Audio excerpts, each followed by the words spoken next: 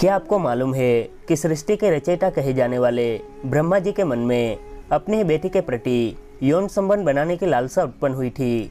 मगर सवाल ये है कि सृष्टि के रचयिता के अंदर अपनी पुत्री के प्रति ऐसी लालसा क्यों जागी। जैसे कि आप सभी को ये मालूम ही होगा कि सृष्टि का कार्यभार त्रिदेव के हाथों में है। जहां ब्रह्मा जी के हाथों में सृष्टि की रचना करना, वहीं भगवान विष्णु के हाथों में संरक्षण करना है तथा भगवान शिव के पास विनाश का दायित्व है। इस चक्र को शुरू करने के लिए ब्रह्मा जी ने अपने वीर्य से सरस्वती को जन्म दिया था। इस बात का वर्णन सरस्वती पुराण में किया गया है, जब ब्रह्मा जी ने अपनी पुत्री के साथ विवाह करने की इच्छा जाहिर की थी।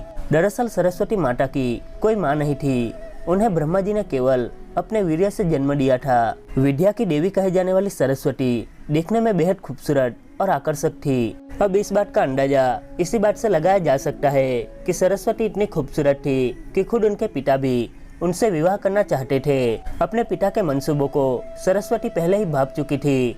यही कारण था कि वो उनसे बचने के लिए चारों दिशाओं में छिपती रही और अंत में सरस्वती आकाश में जाकर छिप गई, जहां उन्हें ब्रह्मदेव के 5वें सिर ने ढूंढ निकाला। आखिर में सरस्वती को विवश होकर अपने पिता से शादी करनी पड़ी। इसके बाद सरस्वती और ब्रह्मा जी ने करीबन 100 वर्षों तक पति पत्नी की तरह जंगल में जीवन व्यतीत किया। इस दौरान उनका एक पुत्र हुआ जिसका नाम था स्वयंभू मनु।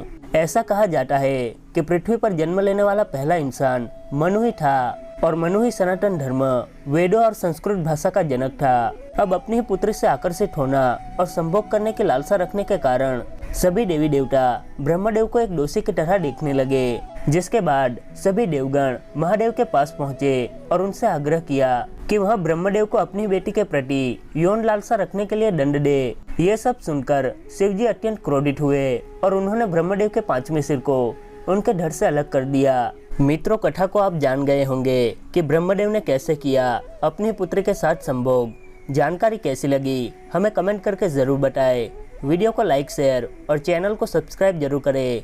आपका बहुत बहुत धन्यवाद।